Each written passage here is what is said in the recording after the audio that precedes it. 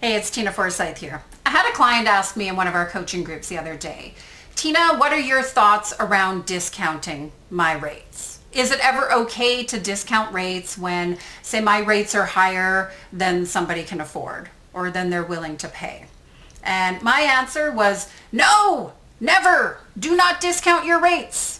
I mean, when you are a service provider, I just flat out do not believe in discounting your rates, whether it's you doing the work for clients or maybe you have a team that's doing work for your clients. It's a little different when you sell products or programs or different things like that. You know, there's times where people might have a sale or whatever that is. But when you're a service provider, you never discount your rates because you're providing your time, your energy, your knowledge, your expertise.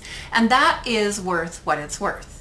So a few tips I want to give you today around this. If you're in the place of like recently raising rates or looking at different ways to charge clients and you have this part of you that's like, eek, yikes, you know, what if people don't want to pay these rates? Number one is this. I want you to own your rate. I want you to own your rate.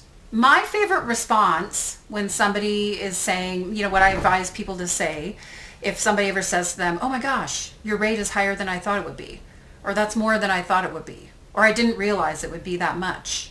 My favorite response is to say, you're right, we're not the cheapest option out there. Silence. You don't need to justify, you don't need to convince, you don't need to whatever. See, here's the thing, I'm going on the assumption that at this point in a conversation, you've already talked to the client about what they need, what they're looking for, and the value that you can provide. Right? If you haven't landed on the value yet, if you haven't really honed in on what they need and why they need it and everything, that's a sales challenge. You need to work on your sales process first. That's not about the pricing.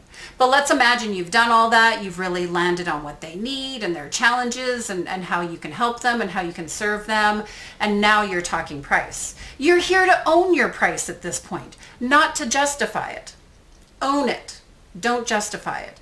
The second thing to consider, and this is a little bit of like a bit of a mindset shift for yourself, is this. You actually don't want everyone to say yes to you, especially when you are continuing to grow and expand, you're continuing to specialize in, say, the services you're offering and or the clientele you're working with. If you are going to be all things to everyone, then your pricing needs to be all things to everyone. When you're purposeful in who you serve and what exactly you do and who you don't serve and what you don't do, you get to charge more for that, right? Based on your knowledge and your expertise and your wisdom and your specialty. So there are absolutely going to be people potentially that say no to you. And that's okay. It's okay for people to say no to you. Because here's the thing that can happen, right? So they might say no to you. No, that's not in my budget. I can't afford that. And you can say, totally get it. If that ever changes, let me know, right? They could say, maybe, they might say, oh, I don't know, I got to think about it. Sometimes even if people hear your price and it's higher than they thought it would be, that doesn't mean they're ultimately going to say no to you. That might mean maybe they need to sleep on it. Maybe they need to think about it. Maybe they just need a moment, right? And then they may come back right away and say, all right, let's get going. Or in some cases, they may say, you know, that's not, you know, that's outside my budget. It's too much for me, whatever it is.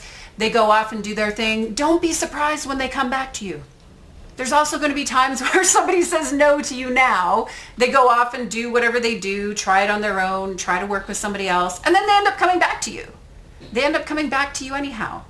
Right? So be okay with the fact that some people are going to say no to you. You actually want some people to say no because not everybody is meant to be your client. And last but not least, an alternative to discounting is to consider a different package. So let's say you're speaking with somebody and you know you've got this full meal deal package that you've laid out for them that's not going to work for them for whatever reason, pricing wise. If you wanted to, at the very least, you could create a lesser package to work with them, right? So discounting means I'm still going to give you everything, but I'm going to give it to you at a lower price. Nope, nope, nope, nope, no. I don't want you doing that. But what you could say is, okay, if your budget is only $2,000 and this package is $4,000, for example, here's what we can do for you for $2,000. You know, we're not giving you the full meal deal, everything A to Z, but we can give you this, this, and this piece. And of course, this is on the assumption that it still makes sense for them to get a smaller package, right? Like, you're not going to sell them a car with 2 wheels because they're not going to be able to drive it anyhow. We want to be really purposeful that they would still be served. But my short answer for you is this. It's just own your rates. Own your rates, right? Know that not everybody's going to be able to say yes to you. You don't want everybody to be able to say yes to you.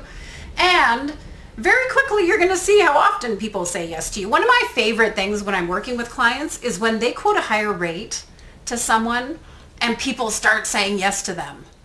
And they're just like, oh my gosh, they're saying yes. Or, oh my gosh, they're saying yes without batting an eyelash. Or this is so much easier than I thought it would be, right? I mean, don't be surprised when that happens.